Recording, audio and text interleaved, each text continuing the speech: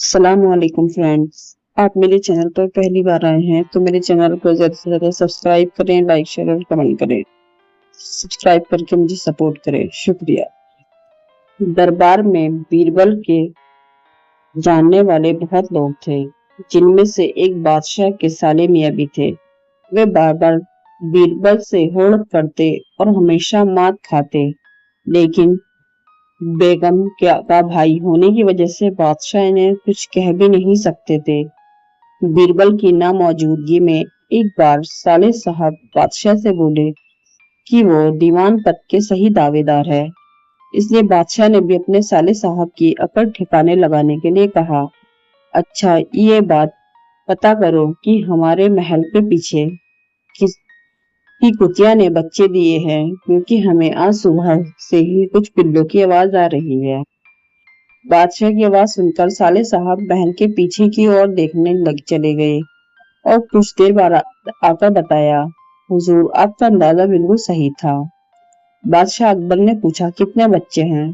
साले साहब बोले, हुजूर मैंने गिने नहीं थे। जाओ गिन कर आओ फिर बताओ। साले साहब ने जाकर आकर बताया, हुजूर 5 बच्चे हैं। बादशाह ने फिर पूछा, कितने नर बच्चे हैं, कितने मादा? साले साहब बोले, हुजूर आपने गिनकर आने को कहा था तो मैं गिनकर चला आया। बादशाह, जाओ पता करके आओ। साले साहब देखने चले गए और आकर बोले, 3 नर और 2 मादा है हुजूर। बादशाह ने पूछा, नर पिल्ले किस रंग के हैं? साले साहब ने फिर नकारते हुए कहा, देखा नहीं, मैं अभी देख कर आता हूँ। अब बादशाह ने गुस्से में कहा, रहने दो, अब तुम बैठ जाओ। साले साहब जाकर अपनी जगह पर बैठ गए। कुछ देर बाद बीरबल भी दरबार में आ गया। तब बादशाह ने बीरबल से वही बात कही, जाओ पता करके आओ, हमारे महल के पीछे किसी कुतिया ने बच्चे दिए हैं क्या? बादशाह अकबर का हुक्म सुनकर बीरबल महल के पीछे चला गया और कुछ देर बाद महल से वापस आकर बोला, जी हुजूर आपने बिल्कुल सही कहा था, कुतिया ने 5 बच्चे दिए हैं। बादशाह बोले, कितने बच्चे हैं? हुजूर 5 बच्चे हैं।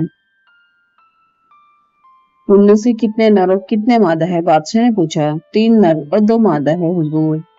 अकबर बादशाह, नर बच्चे किस रंग के हैं? बीरबल, 2 काले और एक बादामी रंग का है। बादशाह अकबर के सभी सवालों के जवाब देने के बाद बीरबल अपने स्थान पर बैठ गए।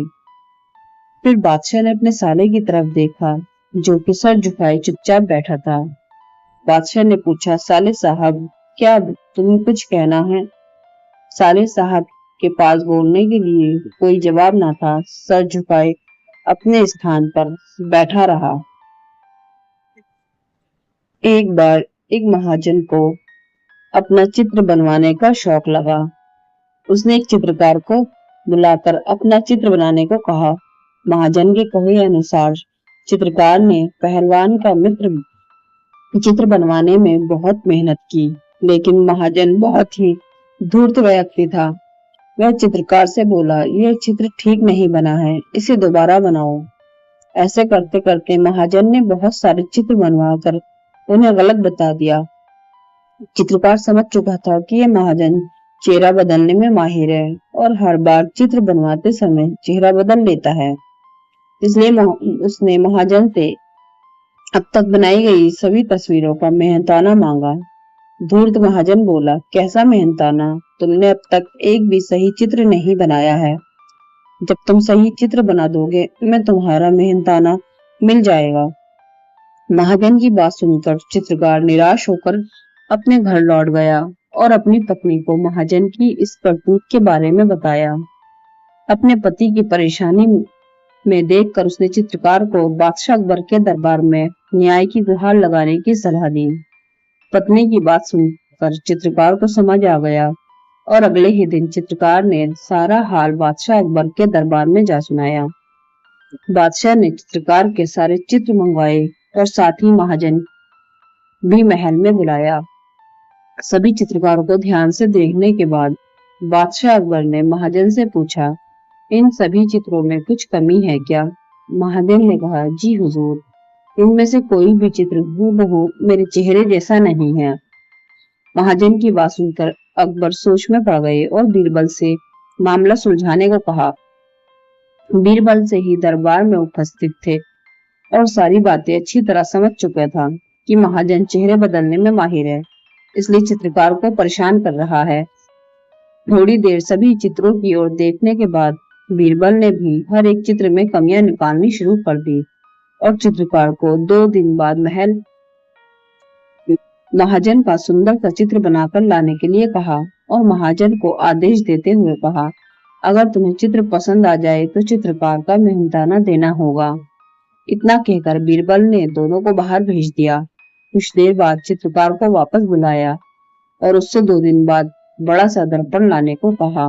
2 दिन बाद जब दोनों दरबार में उपस्थित हुए तो चित्रकार ने वह दर्पण महाजन के सामने रख दिया तो महाजन बोला, जनाब ये चित्र तो एकदम सही है ना? महाजन बोला, लेकिन यह चित्र नहीं, दर्पण है, यही तो असली चित्र है। चित्रकार ने कहा। फिर बीरबल ने भी अपने स्थान से उठकर कहा, सही तो कह रहा है चित्रकार, ये तुम्हारा ही तो चित्र है। महाजन समझ गया कब उसकी दाल नहीं गलने वाली है, इसलिए उसने ना चाहते हुए भी बीरबल की हाँ में हाँ मिलाते हुए चित्रकार को उसका मेहनताना दे दिया। चित्रकार ने खुशी खुशी बीरबल का शुक्रिया अदा किया और महल से अपने घर की ओर चला गया। बादशाह अकबर कुछ मजाकिया इंसान थे, उन्हें मजाक बेहद पसंद था। एक दिन उन्होंने नगर के सेठों को हुक्म दे डाला कि आज से उन्हें पहरेदारी पर लगाया जाता है। ये सुनकर सेठ घबरा गए और बीरबल के पास पहुंचकर अपनी परेशानी का हल मांगने लगे।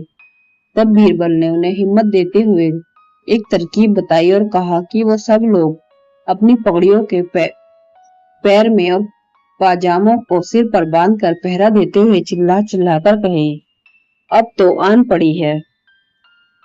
इस तरह बादशाह भी अपना भेष बदलकर गश्त पर निकल पड़े। गश्त लगाते वक्त बादशाह की नजर अचानक सेठों पर पड़ी। उनका ये निराला रूप देखकर बादशाह हंसते हंसते लोटपोट हो गए और उनसे पूछा, ये सब क्या है? तब सेठों का मुखिया बोला, जापना, हम लोग पुश्तों से गुड़ और तेल बेचते आए हैं, भला हमसे पहरेदारी कहाँ हो पाएगी। बादशाह अकबर समझ गए कि बीरबल की तरकीब है और अपना हुक्म वापस ले लिया। फ्रेंड, आपको कहानी पसंद आई है तो मेरे चैनल को सब्सक्राइब करें, लाइक शेयर और कमेंट करें। शुक्रिया। अल्लाह हाफिज।